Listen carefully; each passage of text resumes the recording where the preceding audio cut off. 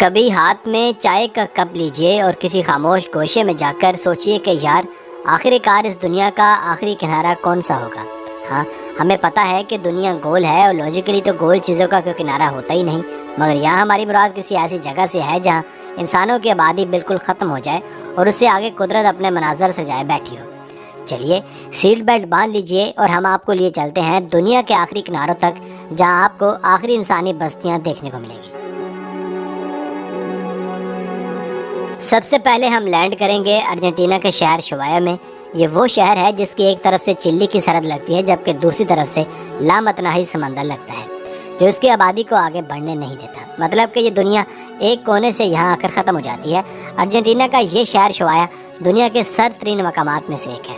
اب جیسا کہ آپ کو معلوم ہے کہ دنیا میں ٹوٹل 4 سمتیں ہیں: مشرق، مغرب، شمال اور جنوب۔ آپ اپنی آسانی کے لیے یہ سمجھ لیں کہ ارجنٹینا کا یہ شہر شوایا جنوب کی ایک طرف سے دنیا کا انسانی آبادی کے لحاظ سے آخری کنارہ ہے۔ اس کے بعد آپ کو دھاڑے مارتا اور اللہ کی قدرت کی گواہی دیتا کئی سو میل پر پھیلا نیلا شگاف سمندر ہے۔ چونکہ یہ شہر جنوب کی طرف بسا ہوا ہے، اس لیے پول پر ہونے کی وجہ سے یہ انتہائی سرد شہروں میں سے ایک ہے۔ اس شہر کو اینڈ آف دا ورلڈ بھی کہا جاتا ہے۔ اگر زندگی میں کبھی یہاں جانے کا اتفاق ہو تو آپ کو یہ والے مقامات ضرور وزٹ کرنے چاہیے۔ Southern فیوجان railway. سب سے پہلے بات کرتے ہیں اس شہر میں موجود ایک ریلوے لائن کی، جہاں آج سے 114 سال پہلے دنیا کی وہ انوکھی ٹرین یہاں آئی تھی جس کو دنیا کے آخری کنارے تک جانے والی پہلی ٹرین کہا گیا۔ پہلے تو یہاں سے جو ٹرینز گزرا کرتی تھی ان میں سردی سے بچنے کے لیے یا گھر تعمیر کرنے کے لیے لکڑیاں لائی جاتی تھی، یا ورلڈ وار 1 اور 2 میں قیدیوں کو ان ٹرینز میں یہاں لایا جاتا تھا۔ مگر اب یہ ٹرینیں مسافر ٹرینوں کے طور پر کام کرتی ہیں جو ارجنٹینا کے مختلف شہروں سے قیدیوں کو یہاں لے کر آتی ہیں۔ شوئز میوزیم۔ آپ نے آج تک لاتعداد عجائب گھروں کی سیر کی ہوگی، پر چلیے آج آپ کو دنیا کا آخری اور کافی حد تک عجیب ترین میوزیم دکھاتے ہیں۔ شوائی شہر کے اس میوزیم میں آپ جیسے ہی اندر قدم رکھیں گے تو آپ کو ایسا لگے گا جیسے آپ لگ بھگ 100 سال پیچھے چلے گئے ہوں۔ اس میوزیم میں مختلف ماڈلز اور تصویروں کے ذریعے اس چیز کو بڑے واضح طریقے سے السٹریٹ کیا گیا ہے۔ آپ کے میوزیم میں جگہ جگہ پرانے لوگ، ان کے گھر، ان کا رہن سہن نظر آئے گا، جو اس بات کو جتاتا ہے کہ ورلڈ وار 1 اور 2 میں یہاں لوگ کس طرح زندگی گزارتے تھے۔ اس کے علاوہ یہ بھی کہ جن قیدیوں کو پکڑ کر یہاں لایا جاتا تھا ان کے ساتھ کیسا سلوک کیا جاتا تھا۔ اس میوزیم میں ایک ایسے جزیرے کی طرف بھی اشارہ کیا گیا ہے جہاں پینگوئن رہتی تھی۔ یہ جزیرہ کیا اس وقت موجود ہے؟ اگر ہاں تو کہاں ہے اور کیسا دکھتا ہے؟ یہ ہم آپ کو سب آگے چل کر بتائیں گے۔ شوایا سٹی۔ چلیے اب بات کرتے ہیں شوایا شہر کے اس مقام کی جہاں سے واقعی میں آگے سمندر شروع ہو جاتا ہے اور اس سے آگے کوئی انسان بھی آباد نہیں ہے۔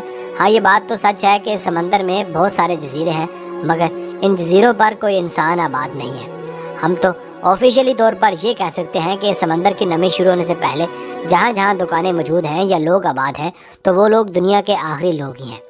اس جگہ پر آپ کو ایک بڑا سا سائن بورڈ بھی ملے گا جس پر ارجنٹینا کی لوکل زبان میں لکھا ہوگا فن ڈیل مونڈو، جس کا انگلش میں ترجمہ یوں ہوتا ہے اینڈ آف دی ورلڈ۔ اگر آپ واقعی میں اپنا نام ان لوگوں میں لکھوانا چاہتے ہیں جنہوں نے دنیا کی آخر دیکھی ہے تو آپ کو اس جگہ ضرور جانا پڑے گا۔ فیرو آئیلینڈ۔ ہم نے باہر سے کھڑے ہو کر تو سمندر کو دیکھ لیا، آئیے اب ایک کشتی کرائے پر لیتے ہیں اور آپ کو لیے چلتے ہیں آبادی سے کچھ ہی دور سمندر میں موجود ایک جزیرے پر جسے فیرو آئیلینڈ کہا جاتا ہے۔